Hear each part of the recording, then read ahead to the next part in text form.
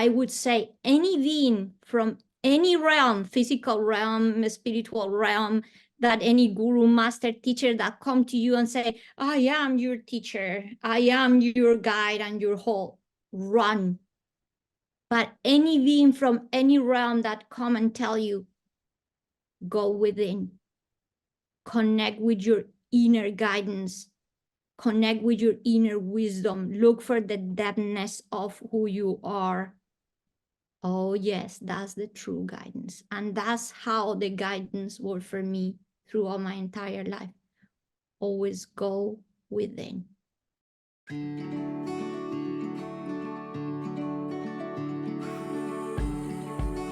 Welcome to Soul Explorers with your hosts, Gary Langley and Sally Taylor.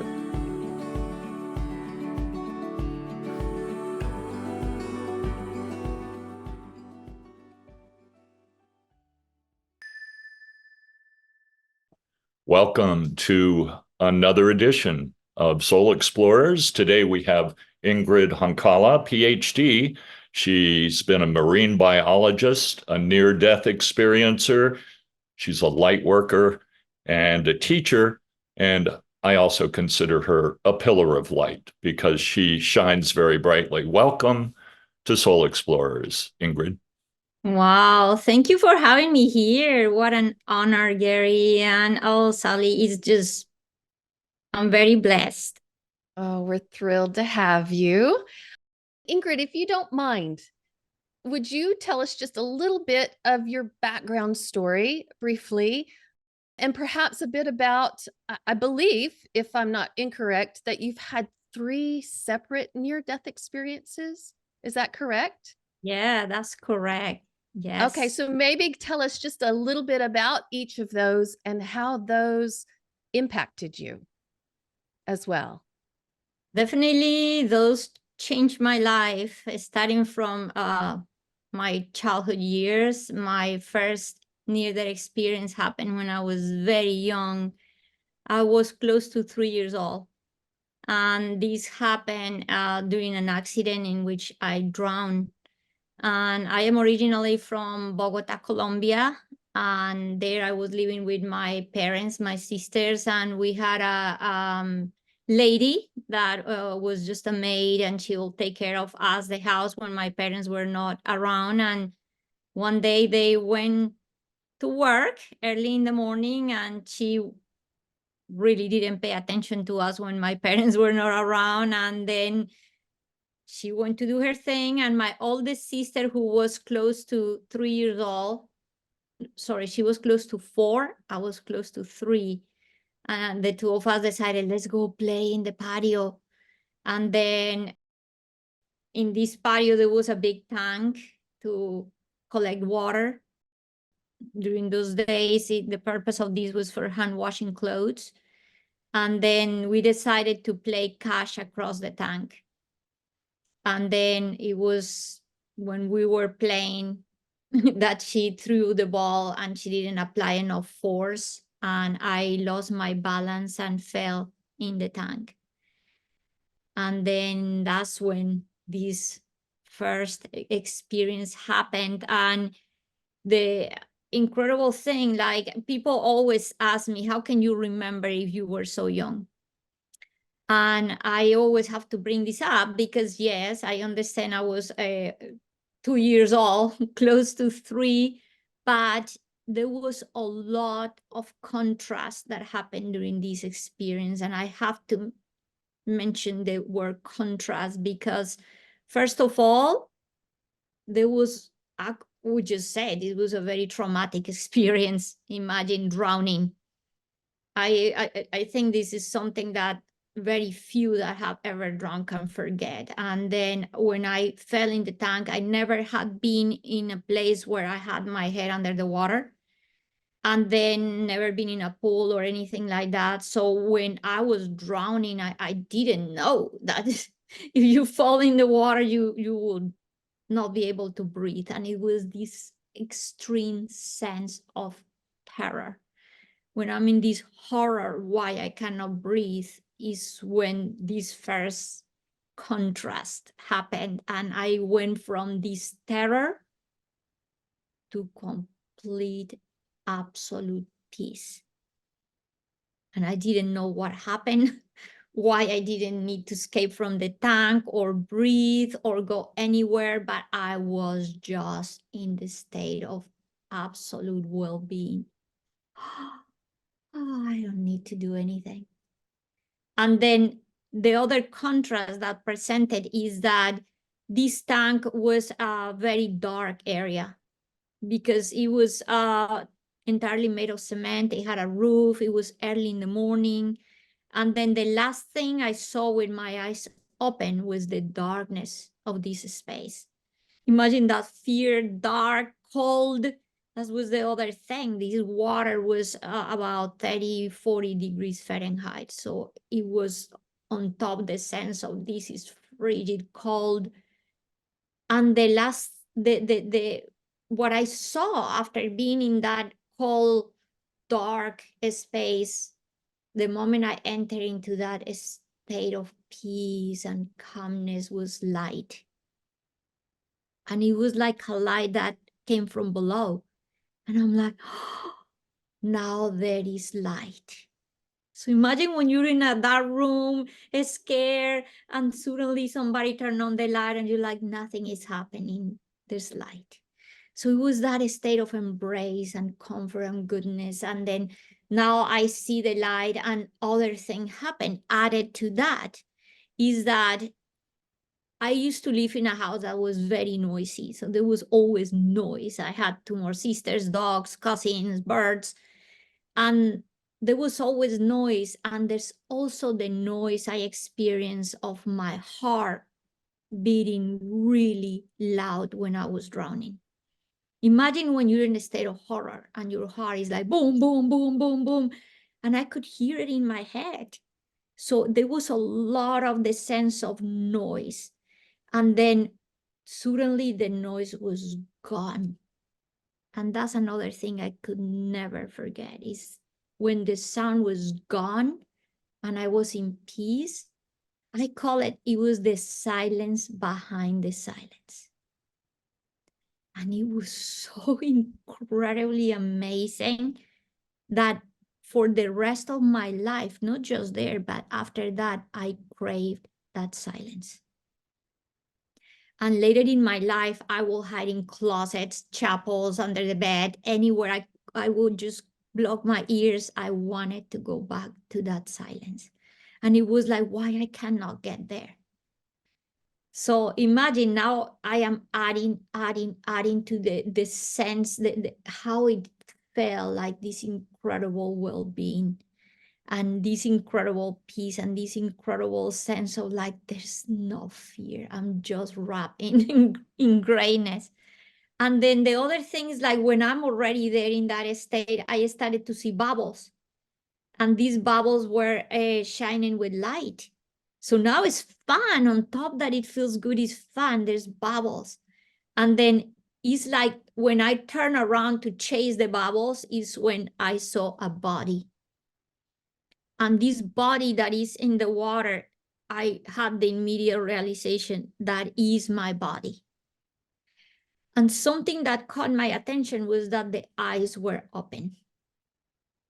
And you know, only recently I was talking to someone about that aspect of the eyes being open, and when there's not life force in the body, how there's not, those eyes look dead. It's what we call, there's no life in this body. That's what I saw. And then I look at that body and I'm like, whoa, that's my body. It was like that knowing, and there was no fear. There was just like, oh, that's kind of normal. Yeah, that's my body there. And it came the other contrast. And this that I was born as a very sick child. And sometimes we will wonder why children are born that sick. And in my case, it had a purpose.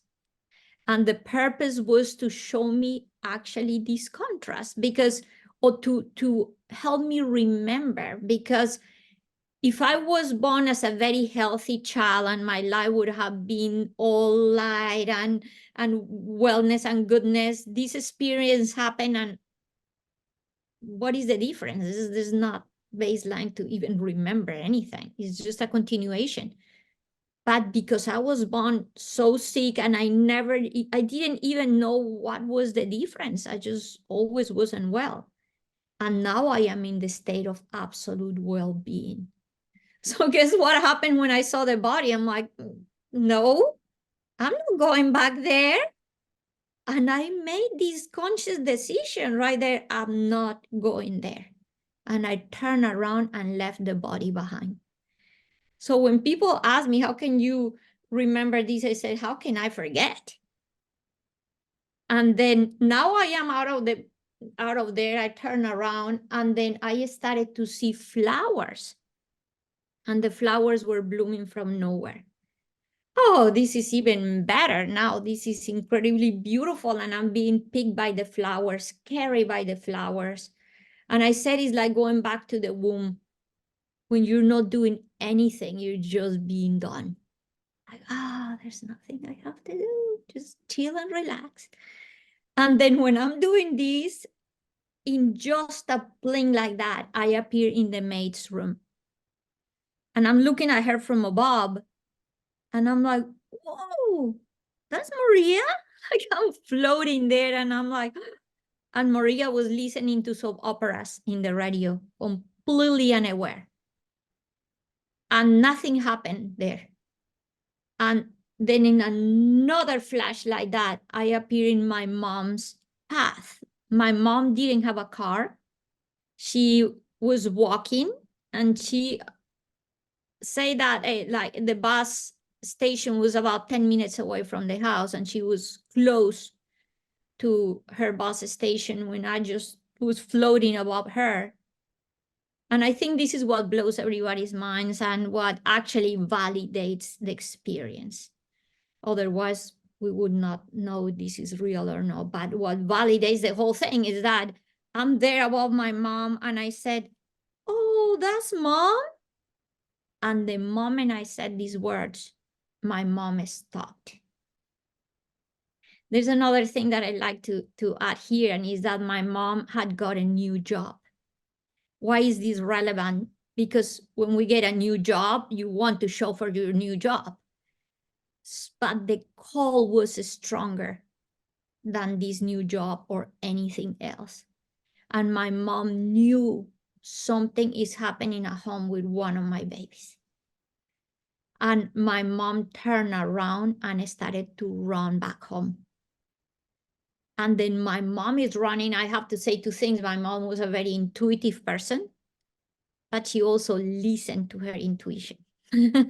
So she's running and I looked at her and I'm like, wow, I wonder why she's running.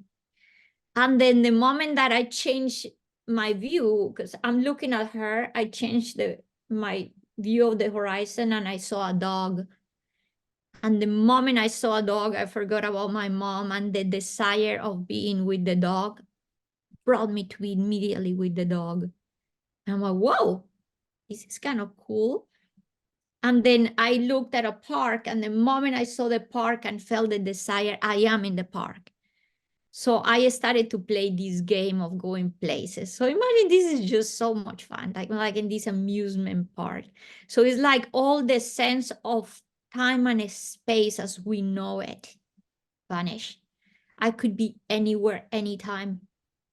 And when I'm playing this game and having fun in like another flash, I appear in a realm.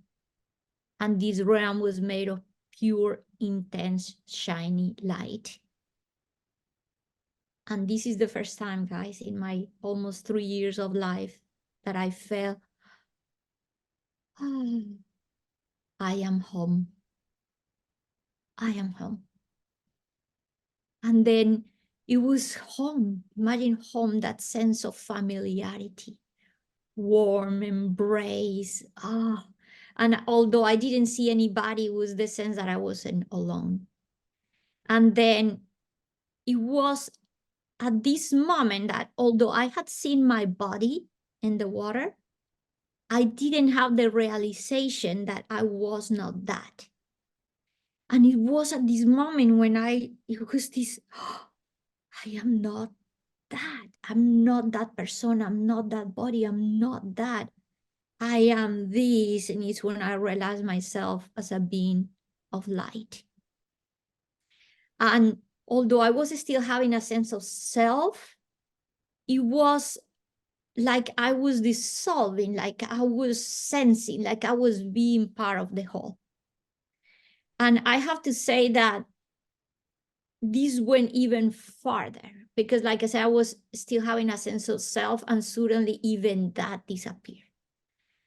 And I felt, and when I shared it, I said that I experienced what I call nothingness. Some call it non-self, some call it emptiness. When I said nothingness, people kind of get scared, but then I started to give an analogy. I said, imagine that there's a huge stadium, and in the middle of the stadium is this little box. And all you thought about yourself was that little box. And suddenly the box opens and you realize, I'm not this. It's nothing because nothing you thought you were. And you're all of it. And it's that sense of interconnectedness, that sense of totality, that sense of vastness, expansion, presence. So although I really don't have words to express what is that I experienced, the only thing I could say is pure consciousness, presence. Ingrid, I totally relate to what you were saying about a thought and finding yourself there. I found in out-of-body experiences, and I'll just give you a quick example, found myself out of body, fully conscious, and I was like, gee, I wonder what architecture in Cairo looks like. Boom, I'm in Cairo. When we're not in the body, time and space don't operate the same. It's when you have access to that, what we call the expansion, the interconnectedness with everything.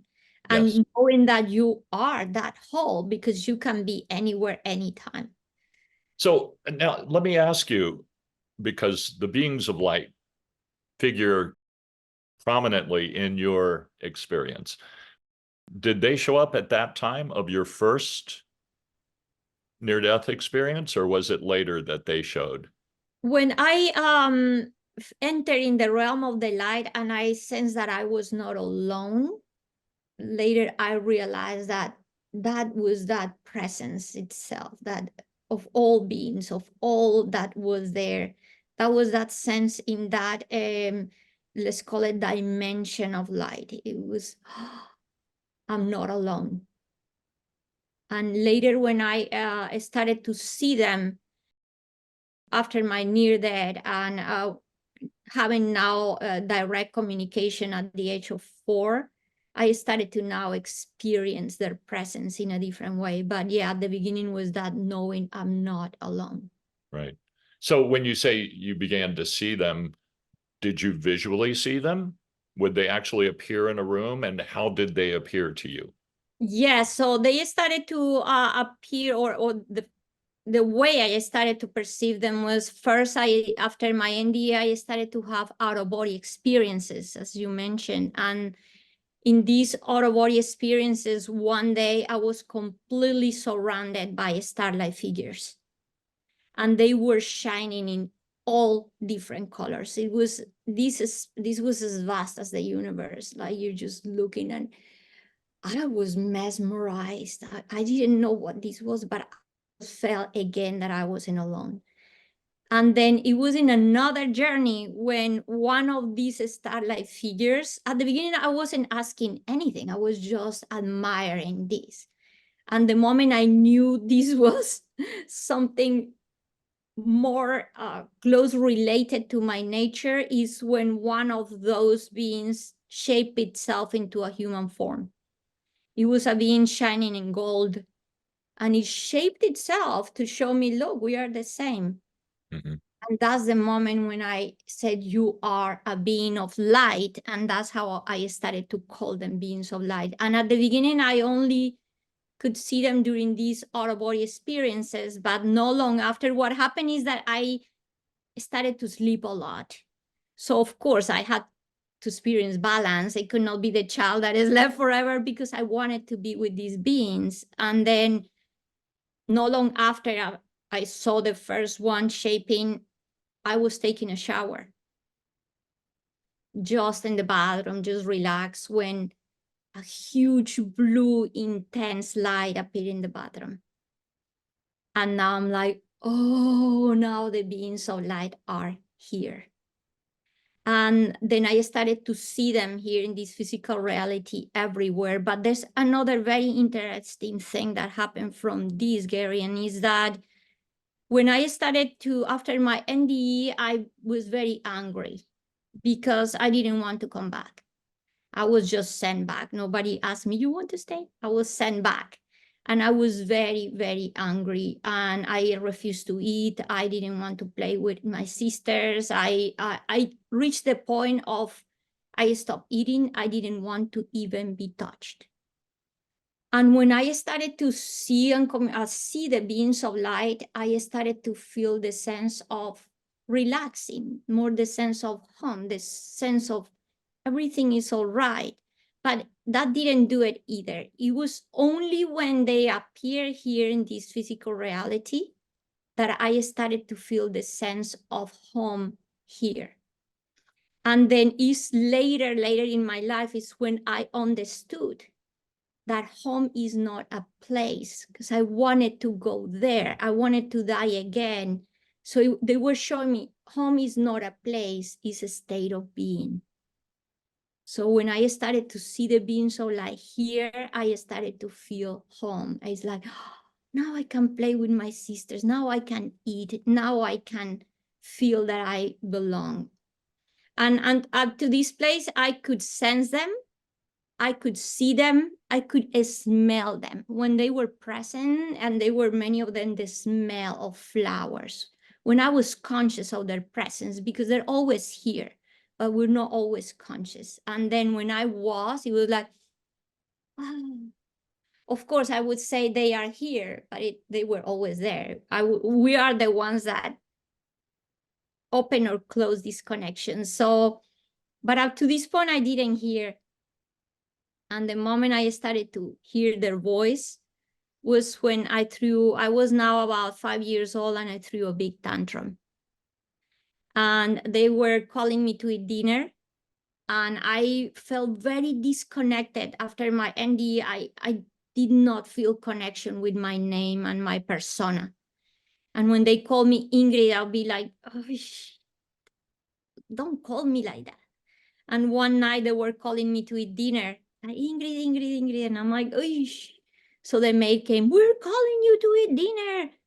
And I'm like, don't call me like that. That's not my name. And she's like, oh, so what is your name? How should we call you? And then I said, I do not need one. So they sent me to bed, because imagine this girl with tantrums who could understand. And then I was all sad, crying. And it's when I heard for the first time a voice, very gentle, very compassionate, like loving mom, like that, like with a whisper, like, it's going to take time for them to understand that names are not needed in the realm of the light. You know, that's an interesting point, because humanly, we people will want to say, well, what are these beings of light? Are they angels? Are they ascended masters? What? It doesn't matter. Really doesn't matter. We're all in this together, whether we're on the physical plane or on the other side. So, but what I found very beautiful, and I forgot to mention, you're also an author, and your book, A Brightly Guided Life, I highly recommend to everyone to hear your full story, because we can't do it in an hour, obviously. So, Ingrid, let me just ask you experientially how you perceived that voice. Was it like a thought in your head? Was it something that seemed external to you? How did you experience the voices that you began to hear? Oh, it was, I would just say, and the more I have learned through time to develop and understand, and then I would just say, we have internal senses, spiritual senses. So when I was feeling sensing, it was, we could say that it was as real as smelling flowers and listening to someone, but deeper. It's deeper. It's like you sense these things. It's not just, how could I just say this? It comes with feeling. It comes with, even like when you say, oh, this gives me the chills, this gives me the intensity of a feeling. That's why when I mentioned the first time it talked, I could mention emotions like compassionate. It was loving. It was like, it kind of like when you smell a perfume and you feel the sense, like it's like that. It's very intense. Yeah. There's more information in it than just the words, Ex- basically. yes, exactly. And also, words are so inadequate to describe what you're attempting to describe, but you convey it through feeling. I mean, I can feel it through Zoom here. So And here's one little side question that I'm curious, because I don't think I've seen it or read it anywhere when I've been either watching you or reading your book. How long was your little almost 3-year-old body in that tank? Do you know? We don't have a really a clear idea about the time, from thinking about the time I drowned and how far my mom was. Say that she was running and that there was a little time. We could think it could have been between 5 to even 10 minutes. Right. And I'm assuming the cold water actually was part of the reason you were able to return. Exactly. So I think being this water frigid cold was that kept the body going. But yeah, of course, after that, you guys imagine that I already was born with respiratory problems. After that, it was worse. So after that, I had like serious bronchitis and asthma and all kind of respiratory problems. But yeah, what kept me alive, I imagine, of course, God wanted me to be here and the environment that was conducive for the body to survive. Yeah. Yeah, so that's incredible. So that was the first one, and it's amazing in its own right. Could you tell us just a little bit about the next two near-death experiences that you had? Yes, I would like to add quick something about the first one, though, because Sure. you just mentioned about the distance and everything, and I think is the teaching behind it. Because when I asked later in my life, I asked two questions, many questions, but two relevant questions, simple questions. And then one is why this first near-death experience happened when I was so young. Because you imagine just a child, why would a child have to go through this? And then the being soul, I said, because you were old enough to remember, but young enough not to be conditioned yet. So I thought that was amazing. And the other thing was that I meant to bring the message of the power of connection. And I said, what do you mean with that? And they said, look, what happened when you saw your body? And I said, oh, I walk away, and it says, yeah, that was your ego. That was your ego mind making that decision. But there was already what we call a pre-plan. Your purpose was another, and guess what? It goes beyond the needs of the ego. So at that moment, of course, the idea is that they said, why do you think that although your ego mind said, no, I'm not going back to that body, you went to look for the mate and your mom? And I said, oh no, because you were going to come back. Then I said, then if I was going to come back, why did I waste time going to the mate's room if she wasn't going to pay attention? And it comes again, this word contrast, because that's the human experience, contrast. And they said, Yes, because that's what we wanted to show you. What happened when there is no connection? What happened when there is not love? She could not even hear. What happened with your mom? Unconditional love. Then they said, look, the person that was the farthest away was the one that came back. And not just came back, but in the story, she knew exactly where I was. And she found me in the tank. So the person that was the farthest away and that just came from that intuition and found me and got me out of the water, did CPR, all that, was the one that rescued me. So they said, look, love, what we call unconditional, which is funny because love is love. We have to give it words because we don't know it. So it's like it doesn't have barriers. And he said, and this communication between the spirit world and the physical world is completely real, and you're the proof. You came back to tell. And they said, look, there's no barriers. Love doesn't have barriers. So guess what? Your mom got you out of the tank, and the person that was only few feet away could not even feel you, didn't know anything. Especially this woman mistreated us. So they said, what happened when there is not connection? There would be division, there would be separation, there would be war. You know what I found really beautiful throughout your book, and also from listening to you talk, is the beings of light gave you incredible wisdom, but they never told you what to do. They let you live your life, but they gave you such great, beautiful guidance, profound. Do you have anything to say about that? Or Yes, and I'm so glad you mentioned that, Gary, because there's people that have come to me and say, how you know that those beings are good? And people have this idea of evil and stuff. How you know those beings of light weren't trying to just manipulate you or control you or whatever?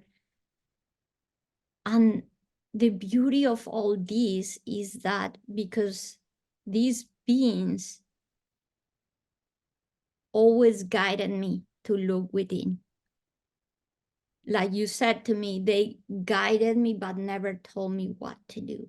And it was the part that they said to me, since I was a little child, do not believe anything we said or we say. Have an open mind and go experience it yourself. So I would say any being from any realm, physical realm, spiritual realm, that any guru, master, teacher that come to you and say, I am your teacher, I am your guide and your whole, run. But any being from any realm that come and tell you, go within, connect with your inner guidance, connect with your inner wisdom, look for the depthness of who you are. Oh yes, that's the true guidance. And that's how the guidance worked for me throughout my entire life. Always go within. And it was guiding me to remember you are the master. You are the guru of your own temple. And that's how little by little at the beginning, I would just say that what we were mentioning when I asked the beings of light, are you angels? Are you ascended masters? What are you? They say you are what you want us to be. So that's the other thing, is that the universe present to us in the way that means gaining our own evolution. And then through time, the beings of light even pass to be, say that you go to college and you have your teachers to be just the main teachers in the story of my life, to establish that connection with inner guidance, to now that inner wisdom and to the wisdom of the universe. So now I could just even say, oh, I feel connected with God. I feel connected with cosmic intelligence, with the intelligence of the heart, with the inner heart filled with wisdom. So we also grow and evolve through time. That's absolutely amazing. And, you know, I completely resonate with everything that you're saying. So again, I know there were a couple of other instances. Were they as impactful as the first one? Were they just very different in quality and nature? And what did you gain or learn with these other experiences? Yes, Ali, very, very different. The second one was a moment where I guess I needed to do a turn in my life, because anyways, from the time I had my first near-death experience until I was 19, I was pretty much like navigating in just the spiritual realm. My grandmother came into my life. Now she was the one that guided me through spirituality. And then now while other kids were playing with toys, I was reading the Bhagavad Gita, books of realization, discernment. I was in another world, the world of spirit. And then I needed to ground. So I picked a career that was science, very grounding. I became a marine scientist. I started to really kind of like put the boots on the ground. And then there was a moment I was living in an island just doing science and very, very, I guess I turn around, and even for the ones that read the book, it's too long to talk about it, but I asked the being, so like, I need to do my own thing. And the universe went like, okay, go do your own thing. Like Gary saying, nobody is really controlling you. Or like, no, I want to now be more of this human world. And then this other thing happened in a motorcycle accident.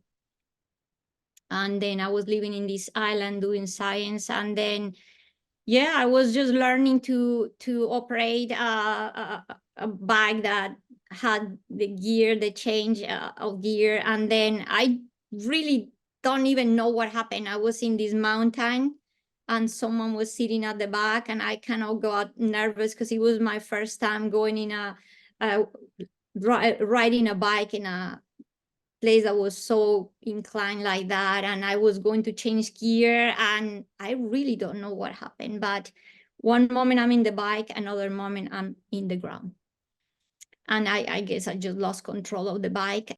The incredible thing about these experiences that later it will bring also clarity to the people that want to know if our loved ones, when they died, when they passed in a horrendous accident like that, if they suffer.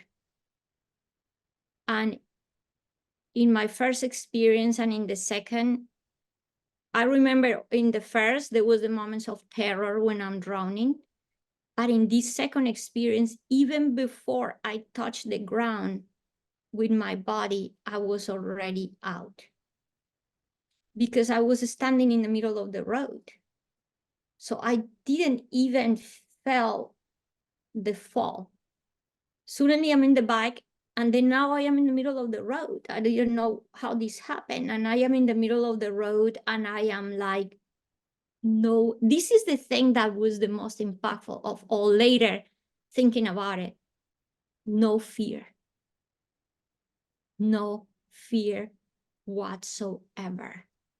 No pain, no anxiety, no emotion, no connection with any emotion like that. It was only the sense again of expansion and the sense of home and the sense of like, oh, this is just all good. And then I only saw light.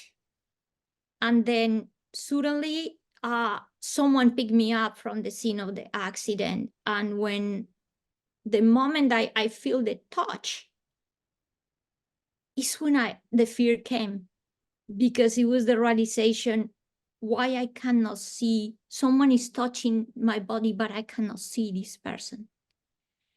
And it's when although I'm seeing light, so that was really strange, because I went to touch my face and I cannot see. And now it's when the sense that when you have your eyes closed and you see dark happened. And I'm like, I cannot see. So what had happened, if I had a really, really bad head concussion, I didn't have a helmet because I was silly and I was just young and silly, and I was riding this motorbike with no helmet. So I hit my head so hard with the ground and I lost my vision. So I was rushed to the hospital. And it was in the hospital that I little by little start to recover my vision. And then being in the recovery room with the person that was with me on the bike, it's like he jumped out of the bike. So really nothing happened to him. Maybe just some scrapes, but really nothing happened to him. And the doctor was here, and the doctor said that I had to lose my vision the moment my head hit the ground, that it was a very traumatic accident. And I said, I don't think so. I said, because when I'm standing in the middle of the road, I'm seeing light. And then I don't think that I lost my vision right there. And then my friend said, no, it's impossible, Ingrid, that you could see light, because the accident happened at night and the road where the accident happened was pitch black. So you could not have seen any light. And he said, by the way, you never stood up. So different from the first experience. In the first one, I had the absolute awareness of seeing my body, decided not to go back, everything. In the second one, I think it became amazing later to explain to people that when these accidents happen, you do not feel pain. You do not feel fear. You don't feel any of that. You're already home. So to me, it was immediate. And then later, I talked to other people that have had these kind of near-death experiences, and they express the same, that in accidents, they were out of the body even before the experience started to happen. That's a common theme I've heard over and over from near-death experiencers, that they don't even know anything happened until they kind of look back on the situation. So, Right. yeah. Mhm. And a huge comfort to families who have lost well, I say lost, I don't like that word, who have had somebody transition from a traumatic accident, and they have this concern, this worry that, oh, did they suffer? Oh, and these stories give a great deal of comfort that that suffering that they kind of imagine doesn't necessarily actually occur. Yes, so it's like, oh, being able to share experiences like that and tell people they're okay. They did not suffer. They're doing good. It's like, oh, that takes already a huge heaviness from their pain, because they're suffering with the pain of losing this person, and especially in such a very hard situation. And when I also say here that it gave a turn of events in my life, it's at this moment I'm living in this island. I was being very comfortable there. I didn't think that I had to do like anything else. And it's when the big idea of I have to leave this island and go somewhere else happened. And then another turn of events in my life, and I moved and I went to live in Europe, and other things happened. But it's like how sometimes certain things also shape the way in which you look, or the direction that your life is going to take. And now the third experience, I think you guys are going to like this one very much, because it's incredible how looking at my life, it happened like the one when I was a little child, but all this happened, but I did not really have the conscious awareness. It just happened. And after that, Ingrid came back with all this awareness, but through many years, I didn't understand what had happened. It took many years to integrate these experiences. What just happened? Now at 24, I had this bike accident, and it's like, wow. And then now go deeper and keep navigating deeper into what is all this about. And then I had the last experience in 2022. And 1.5 years ago. And what happened is that I the stories are a little long, so I'm going to try to make it shorter. But I was actually days before this experience happened, and it was during a surgery. I received a warning. Let's call it a warning, but it was a loving actually message, because 2 weeks prior, almost 3 weeks prior, one night I went to bed with the feeling of dread. I didn't know why I was feeling like this. And then this feeling of dread, I am a very empathic person. Sometimes this comes from someone else. And the moment I say this doesn't belong to me, it goes away. This time I did my meditation, my practices. I said, this doesn't belong to me. And it didn't go away. So I'm like, whoa, there's something is happening. And then I did my practices in the middle of the night. I almost could not fall asleep that night. I woke up and even woke up with tachycardia. Like, so this was really something.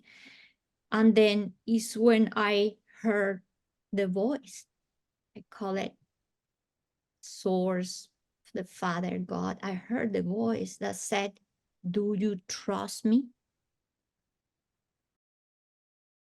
When I heard this, it was so profound. Is this that it touches you deeply? I said, yes, I do. And the moment I say, yes, I do, tachycardia was gone, worry was gone, all the emotions that were around this, all of it was gone. And I entered in the state of absolute peace. And when I'm in this state of complete peace, I hear the voice that says, you are in sync with God. I just don't know how. I was just like, oh. And for the rest of the night, I was in meditation. And I woke up in the morning, and or I just got up because I was in meditation the whole night. I got up, and the first thing I felt to do was like go water the plants, be with nature. And when I'm watering the plants and I looked at my hands, I'm like, these are the hands of the Creator. But when I'm looking at my hands thinking this, I'm not thinking Ingrid, I'm thinking all of us. The Creator is everything and everywhere. This is very relevant for what happened later, because I'm in this state of connection for days.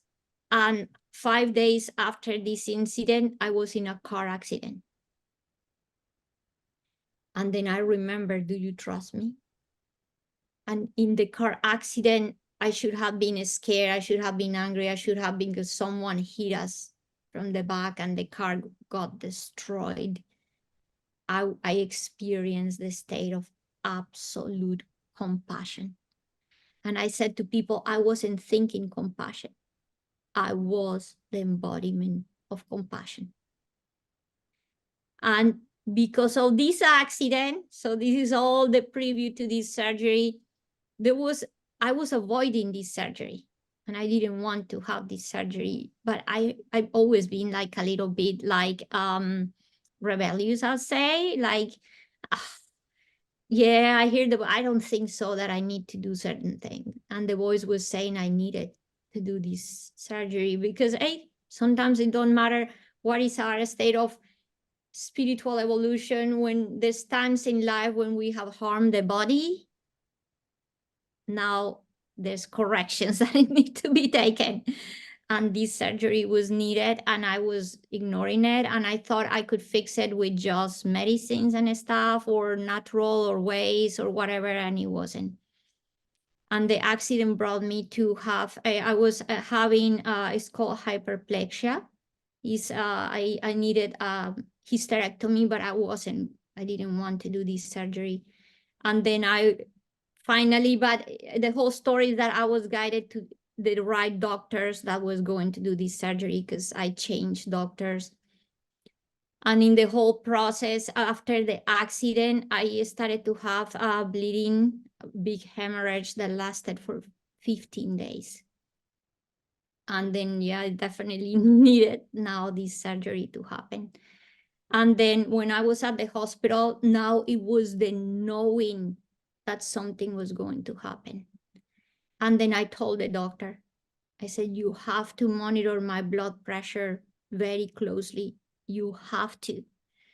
And then she called the anesthesiologist because I was being so on it. And then, okay, we're going to pay attention to your blood pressure. And when they were doing the surgery, which is supposed to be like nowadays, simple procedure, supposedly, my blood pressure dropped. And it dropped to the ground, and I went into hypothermia. And when this is happening, and but they were doing what they supposed to do, so they balance the body and everything. But then when I woke up in the recovery room, I was wrapped in this electric blanket. My body couldn't warm up, and then now I was shaking out of control. While the body's doing through all this stuff, what was happening in the inner is that I entered the realm of the light. And different from when I was younger and all that, I probably didn't need now all the experiences of, I don't know, seeing body or seeing other things. I was directly there in that realm of the light. And when I am in the realm of the light, I heard the voice. And the voice said, this was, look, in the other two experiences, I was sent back. I was never even asked. It was like, you're back. In this one was the first time that I was asked if I wanted to stay or I wanted to go. So it was a potential exit point for you then, if you had chosen to stay. Yes, it was. And then at that moment, and I knew it, I felt it, yes. So at that moment when I heard the voice, you want to stay, it was again like in the other experiences. Oh, of course I want to stay. That's why people call it paradise. That's why people call it heaven. You experience heaven. And I'm like, oh, of course I want to stay. I am in heaven. And I felt that I would just say like a 10-diamond resort, like when you just like, of course, this is amazing. And you're inundated. So imagine how difficult it is to make this decision, because I don't even have words to describe what you experience. It's like, oh, of course I want to stay here. But when I heard, or you want to go back, that's when something incredible also happened. And is that, I guess, since I've been practicing awareness and presence for so long, and I had what I call a big awakening about 12 years ago. At the moment I heard this, I said, wait a minute. Is this a test? I said, and it wasn't like, I didn't feel like anyone was testing me. I felt I'm part of this. So I am testing myself. This is a whole thing. Is this a test? And I said, because remember what I told you I have felt a couple of weeks ago about God being everything. So I said, because if God is everything, and God is absolutely everywhere, if everything is a manifestation of God, then where is here and where is there? I said, no, there is no here and there is not there. And it's when I knew I am already home. So the first words that came to my mind to express was, keep me where I can serve God the most. So again, it wasn't about me. It wasn't about what I was feeling or where I was more comfortable. It was like, keep me where I can serve. Well, And that's what you're doing, isn't it, Ingrid? You now teach classes and counsel people to move beyond fear into unconditional love. And I heard you say this on another event recently, that most people don't understand the word love, because it's not a love from me to you or me to Sally, but it encompasses that as well. But it's so much bigger than what we generally think of as love. And it's, once again, the limitation of our language and trying to express things that are so beyond our linear world. So how can people find out about your classes? How can they contact you? Yes, I have a website and I have a newsletter, and there when people add their name to my list, and they will know all the classes and all the things I'm doing. And just to let you know, I've been invited to Europe, where I am going to do a little bit of a tour. I will be doing a spiritual retreat in a city close to Barcelona, Spain. Then I'm going to do another spiritual retreat. That's between April, May, another one in Prague. And Wow. I'm going to give a talk in Barcelona, another in Madrid, or two in Madrid, and two in London, and one in Oxford. So I will be traveling around Europe between April and May, and all that will be announced in my newsletters and media pages. And I also have a YouTube channel where I share all these experiences too. Well, Ingrid, thank you so much for spending some time with us today. Is there a last thought you'd like to leave with the viewers? Yes, and one thing Anissa teaching the Being So Light shared with me about gratitude. Gratitude, the highest vibrational frequency there is. And then just to give you a little hint of how is that gratitude is the highest vibrational frequency, people would wonder, isn't it love? Then I said to people, name me the things, or go feel the things that you feel gratitude for, the things that make you feel great. What are the things that make you feel great? The things that you love. So guess what? Love and gratitude are synonyms. But why do I mention gratitude first? Because people don't really know what love is. But when you feel that sense of gratitude, appreciation, you're touching that.